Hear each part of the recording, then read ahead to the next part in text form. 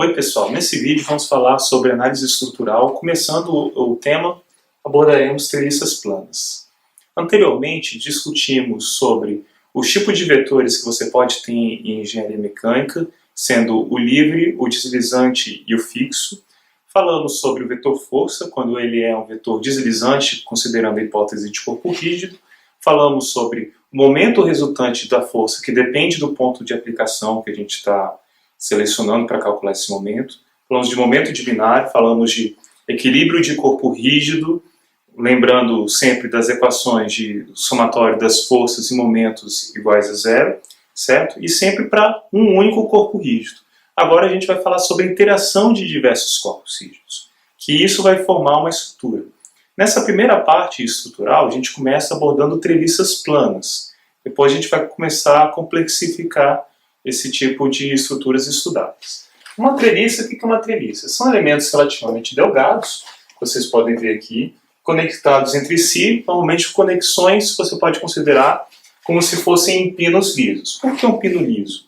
Um pino liso para que ele vai transmitir apenas esforços e não vai transmitir momentos. Numa treliça, é considerado que você aplica as forças apenas nos nós. Se você tivesse uma força aplicada no centro da barra, então, para resolver um problema como treliça, você distribuiria essas forças sobre os seus dois nós que conectam nessa barra, certo? Cada barra da treliça vai sofrer apenas tração e compressão, o que vai diferenciar de viga que a gente vai estudar posteriormente. É convencionado que uma barra, quando ela sofre esforços de tração, quer dizer que as duas extremidades estão afastando uma da outra, que as forças sobre a barra são consideradas positivas. E compressão, quando as duas extremidades estão se aproximando, é considerado que as forças atuantes são negativas. Então, agora vamos falar sobre estabilidade de treliças. Quando você quer formar uma treliça estável, é muito importante que ela seja dividida em triângulos. Imagina a seguinte treliça, onde você tem 4 barras, certo? Conectadas por 4 pinos, sendo um pino delas está sobre um pino e outra sobre um rolete. Se você imagina que você aplica uma força sobre essa barra aqui. Se aqui não resiste a momento nenhum, isso que é um pino liso, essa treliça vai dobrar completamente, não vai ser estável o suficiente. Como que você mantém a estabilidade dela? Ora, mantendo constante a distância, ou tentando manter constante a distância entre dois pinos. Como que isso é feito? Acrescentando uma barra que conecta aqui na diagonal, onde você vai dividir essa treliça em 2 triângulos, criando assim uma treliça estável. Certo? Agora, para você calcular as forças sobre uma treliça, você tem 2 métodos principais abordados em estática.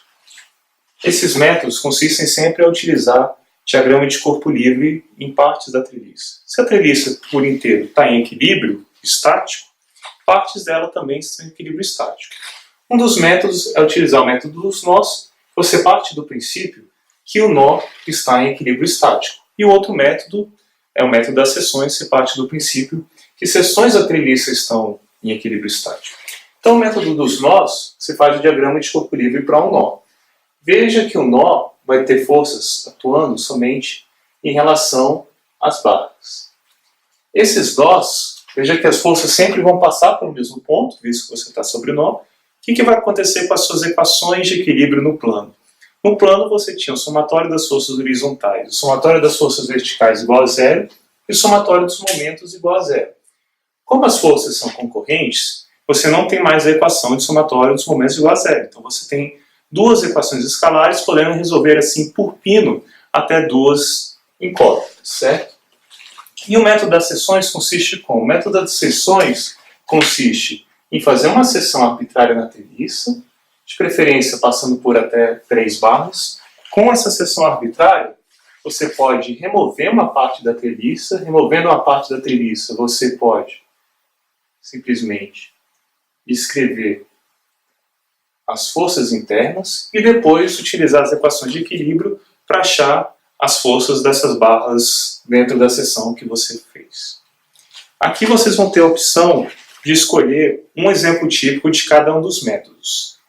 Clique no método que você quer, seja o método dos nós ou o método das sessões, para estudar esses dois modelos.